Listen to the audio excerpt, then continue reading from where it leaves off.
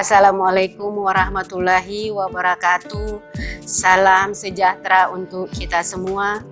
Puji syukur marilah kita panjatkan kehadirat Allah Subhanahu wa Ta'ala, karena atas perkenannya dan atas izinnya kita masih berkesempatan bertatap muka walau hanya lewat kamera dalam kegiatan masa pengenalan lingkungan sekolah atau MPLS peserta didik baru SMA Negeri 3 Luwuk tahun pelajaran 2020-2021. Ucapan selamat datang, selamat bergabung di SMA Negeri 3 Luwuk kepada anak-anakku semua yang sudah masuk ke sekolah SMA Negeri 3 Luwuk. Pada kesempatan ini kami ingin menyampaikan materi MPLS berkaitan dengan kurikulum 2013. Sebelumnya kami akan memperkenalkan diri. Nama saya Sri Alpidawati sebagai Wakil Kepala Sekolah Bidang Kurikulum di SMA Negeri 3 Luwuk. Untuk itu, pada kesempatan ini kami akan menyampaikan materi tentang pengenalan kurikulum 2013 tingkat SMA. Anak-anakku yang saya cintai dan saya banggakan, kurikulum. Yang dimaksud dengan kurikulum, yang pertama menyangkut pengertian kurikulum itu sendiri. Yang dimaksud dengan kurikulum menurut Undang-Undang Nomor 20 Tahun 2003 yaitu seperangkat rencana dan pengaturan mengenai tujuan, isi dan bahan pelajaran serta cara yang digunakan sebagai penyelenggara kegiatan pembelajaran untuk mencapai tujuan pendidikan tertentu. Jadi yang dimaksud dengan kurikulum di sini adalah serangkaian kegiatan, isi, kegiatan, dan cara yang digunakan untuk mencapai tujuan pendidikan. Kemudian pengertian kurikulum 2013. Pengertian kurikulum 2013 itu sendiri ialah sebuah kurikulum yang terintegrasi. Maksud dari integrasi ini adalah sebuah kurikulum yang mengintegrasikan skill, theme, konsep, and topic baik dalam bentuk within single discipline, across several disciplines, and within and across learners. Maksudnya di sini adalah pada kurikulum 2013 itu mengintegrasikan keterampilan, konsep, dan topik baik dalam mata pelajaran tertentu maupun antara beberapa mata pelajaran, antara dalam diri seorang siswa maupun antara beberapa siswa. Kurikulum 2013 merupakan langkah lanjutan pengembangan kurikulum berbasis kompetensi atau KBK yang telah dirintis pada tahun 2004 dan KTSP tahun 2006 yang mencakup kompetensi sikap, pengetahuan, dan keterampilan secara terpadu. Anak-anakku sekalian, aspek penekanan kurikulum 2013 adalah sikap, baik sikap spiritual dan sosial, pengetahuan atau kognitif, dan keterampilan atau psikomotor. Kemudian, muatan kurikulum 2013 SMA. Pada kurikulum 2013 tingkat SMA itu membagi ke dalam 3 peminatan. Jadi yang berbeda dengan kurikulum mungkin di SMP sudah mendapatkan kurikulum 2013, namun yang berbeda dengan kurikulum 2013 antara SMP dan SMA adalah bahwa di tingkatan SMA itu siswa sudah dibagi ke dalam beberapa peminatan. Nah, peminatan di tingkat SMA dibagi atas 3. Yang pertama, peminatan matematika dan ilmu pengetahuan alam atau disingkat MIPA. Kemudian peminatan ilmu pengetahuan sosial atau IPS. Dan yang ketiga, peminatan bahasa dan budaya atau disingkat IBB. Nah, untuk SMA Negeri 3 Luwuk, SMA 3 Luwuk hanya membuka 2 peminatan. yaitu peminatan matematika dan ilmu pengetahuan alam atau MIPA dan peminatan ilmu pengetahuan sosial atau IPS.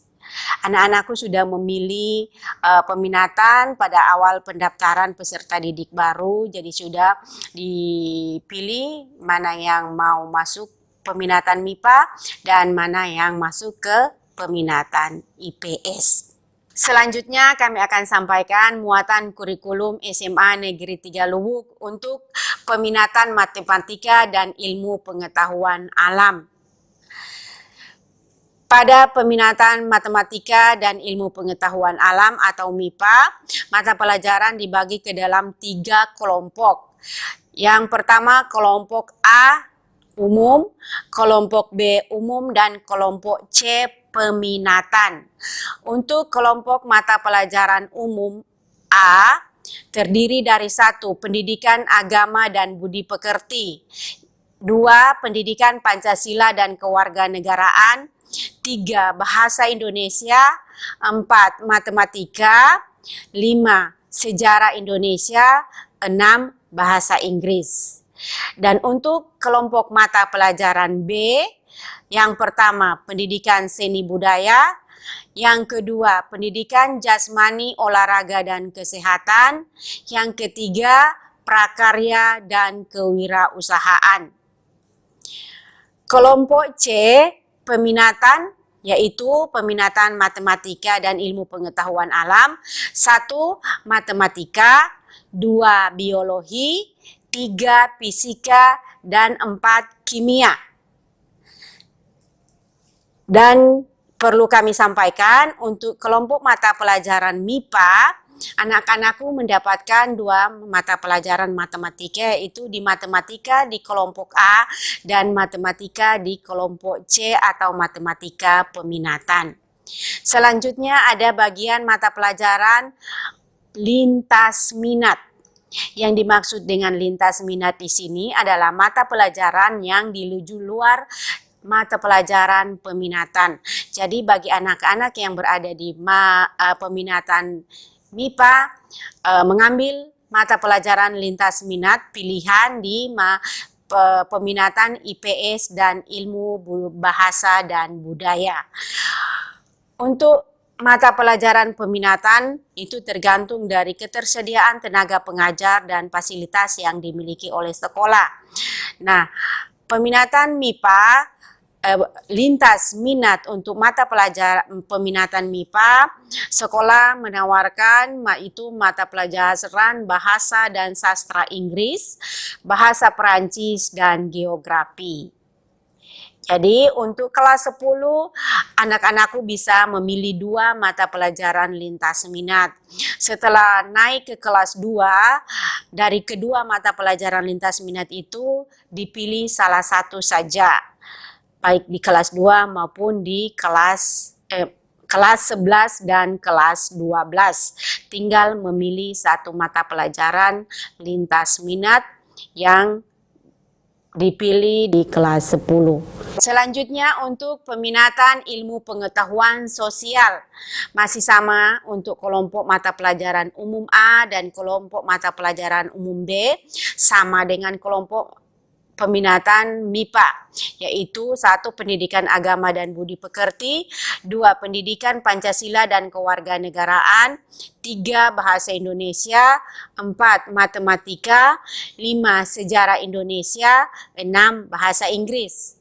Untuk kelompok B masih sama dengan kelompok peminatan MIPA, yaitu 1. Seni budaya, 2. Pendidikan jasmani dan olahraga kesehatan, dan yang ketiga prakarya dan kewirausahaan. Sementara untuk kelompok mata pelajaran peminatan ilmu pengetahuan sosial, 4 mata pelajaran, yaitu geografi, 1. geografi, 2. sejarah, 3. sosiologi, 4. ekonomi. Nah, untuk mata pelajaran sejarah itu untuk peminatan IPS, di peminatan umum ada sejarah Indonesia, dan di peminatan itu ada sejarah. Jadi 2 kali mata pelajaran sejarah, cuma yang berbeda yang di kelompok umum itu sejarah Indonesia dan di kelompok peminatan itu sejarah. Kemudian mata pelajaran lintas minat. Lintas minat sama seperti mata peminatan MIPA, yaitu lintas minat maksudnya adalah memilih mata pelajaran di luar mata pelajaran peminatan. Jadi untuk kelompok peminatan IPS bisa memilih mata pelajaran yang ada di kelompok peminatan MIPA dan kelompok peminatan ilmu bahasa dan budaya. Dan untuk peminatan IPS, sekolah menawarkan lintas minat kimia dan biologi. Total jumlah jam pelajaran untuk kelas 10 yaitu 42 jam pelajaran, kelas 11 44 jam pelajaran, dan kelas 12 44 jam pelajaran.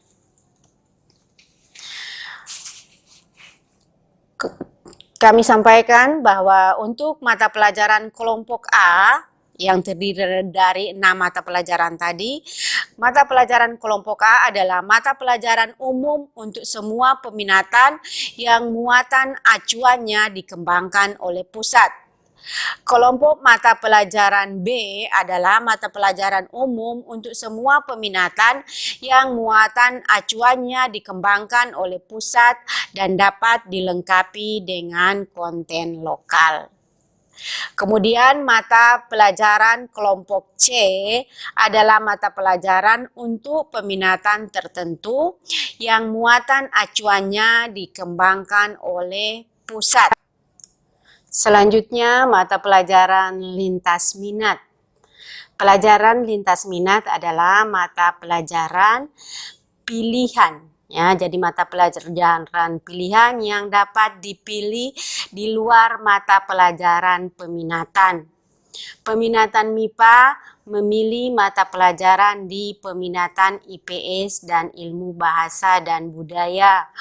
Peminatan IPS dapat memilih mata pelajaran di peminatan MIPA dan ilmu budaya dan bahasa. Selanjutnya, sistem penilaian kurikulum 2013. Seperti disampaikan di awal bahwa penilaian kurikulum 2013 itu mencakup 3 aspek, yaitu penilaian sikap, baik sikap sosial maupun sikap spiritual. Yang kedua, penilaian pengetahuan atau kognitif. Dan yang ketiga adalah penilaian keterampilan atau psikomotor. Jadi yang ketiga adalah penilaian keterampilan atau psikomotor. Penilaian sikap. Penilaian sikap adalah penilaian terhadap perilaku peserta didik dalam proses pembelajaran, di dalam kelas, di luar kelas, untuk menumbuh kembangkan sikap, perilaku, dan karakter setiap peserta didik. Penilaian sikap ini terdiri atas 2, yaitu penilaian sikap spiritual dan penilaian sikap sosial. Penilaian sikap spiritual dilakukan dalam rangka membentuk sikap peserta didik agar mampu menghargai, menghayati, dan mengamalkan ajaran agama yang dianutnya. Jadi, penilaian sikap spiritual di sini menyangkut bagaimana keimanan ketakwaan seseorang dalam menjalankan ajaran agamanya. Kemudian penilaian sikap sosial dilakukan untuk membentuk sikap sosial peserta didik yang mampu menghargai dan menghayati perilaku jujur, disiplin, tanggung jawab, peduli, santun, dan percaya diri dalam berinteraksi dengan lingkungan sosial dan lingkungan alam di mana mereka berada. Jadi penilaian sikap sosial mengarah bagaimana kita berinteraksi dengan lingkungan sekitar kita di mana kita berada. Kemudian berikutnya yang kedua adalah penilaian pengetahuan atau kognitif, adalah penilaian untuk mengukur kemampuan peserta didik berupa pengetahuan faktual, konseptual, prosedural, dan metakognitif, serta kecakapan berpikir tingkat rendah sampai kepada kemampuan kecakapan berpikir tingkat tinggi. Pada penilaian pengetahuan, teknik yang digunakan meliputi tes tulis, tes lisan, dan penugasan. Kemudian yang ketiga adalah penilaian keterampilan atau psikomotor, adalah penilaian untuk menilai kemampuan peserta didik menerapkan pengetahuan yang sudah diperolehnya dalam melakukan tugas tertentu. Keterampilan meliputi keterampilan abstrak, berpikir, dan keterampilan konkret atau kinestetik. Jadi pada penilaian keterampilan itu bagaimana pengetahuan yang kita sudah miliki. Pada penilaian pengetahuan itu bisa kita terapkan dalam melakukan keterampilan yang meliputi berpikir dan keterampilan meliputi hal-hal konkret atau kinestetik. Teknik penilaian pada keterampilan meliputi penilaian praktik, kinerja, proyek, portofolio, dan produk. Selanjutnya kami akan sampaikan tentang kriteria ketuntasan minimal atau KKM.